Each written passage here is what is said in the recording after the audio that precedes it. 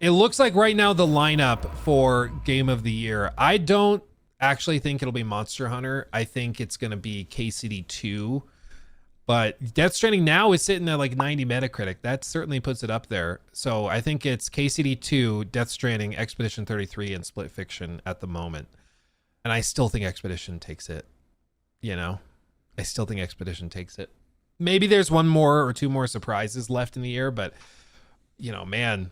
Like, I'm expecting Mafia to hopefully be good. I'm not expecting it to be a masterpiece. If it is, I'm very excited for that. But I mean, in order to compete in Game of the Year this year, I think you need to be, 90 plus Metacritic. You need to have universal acclaim. Everybody needs to love your game.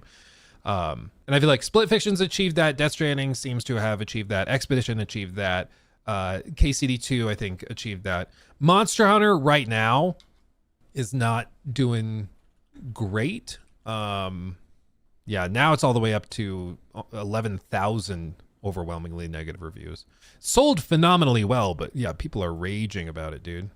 Got a brand new rig, even that I can't play. Poorly made game, no thought given to the people who actually play these games. Runs like crap for how it looks. Dude, it's what's even crazy.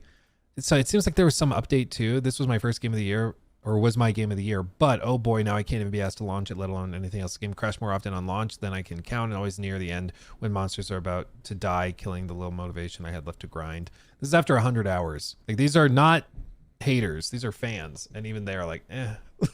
So I think it's KCD, Expedition, Split Fiction, and Death Stranding at this point, and I think we might have one more surprise in us. Maybe Ghost gets up there. It's possible that Ghost is up there, but yeah, it's gonna be a fierce competition. But I still think Expedition 33 probably takes it. That's kind of my guess. Yeah, I'm cool with that winning. Arc Raiders, I think Arc Raiders is just, it's in a tough genre to compete on Game of the Year. Game of the Year historically tends to go to single player games. So even though it's an extraction shooter people are really excited about, I think that's gonna be tricky for them to really compete with.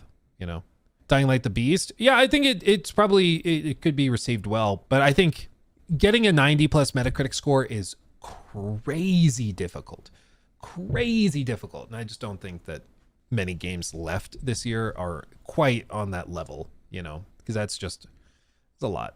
If Ghost is like the first one, it has no chance. Well, people just always forget that Ghost of Tsushima was not like overwhelming critical acclaim when it launched. Like, it achieved that with users for sure, but with critics it didn't quite achieve that level. It sat in like the low 80s, and it's funny because the reviews at the time complained a lot about repetitive content. They complained a lot about how it was structured like a Far Cry game, and so it felt like Ubisoft Far Cry in Japan in more ways than one. And that was a common thing people complained about and brought up at the time. In the years since, that's largely been forgotten, and you don't hear that brought up a lot. And maybe it's in light of the AC Shadows discussions where people just started to really separate the two games out in their minds away from Ubisoft. But when it launched, I remember tons of people comparing it to Far Cry, and not necessarily in a super positive light. I still really like the game. I would give it higher than an 83 personally. But this is going to be an interesting thing to watch. I mean, maybe similarly, Death Stranding 2, I think the first Death Stranding had an 82 on Metacritic, and now the new one's sitting at a 90. So they could seemingly achieve the same thing, where maybe they hit like a 90 Metacritic on the sequel if it just takes all of the lessons from the first game and learns from them. I'm not sure, but it's going to be interesting. They have a chance to fix all that with GOTY. Yeah, no, they have a ton of opportunities with just reestablishing the gameplay loop. New weapons will make it exciting, of course, as well. But the repetition and things, that's going to be just, it's going to be interesting to see how they tackle that, if they choose to. I mean, they might be like, hey, people still love the game, let's set it up in a similar way. No need to beat yourself over the head with it.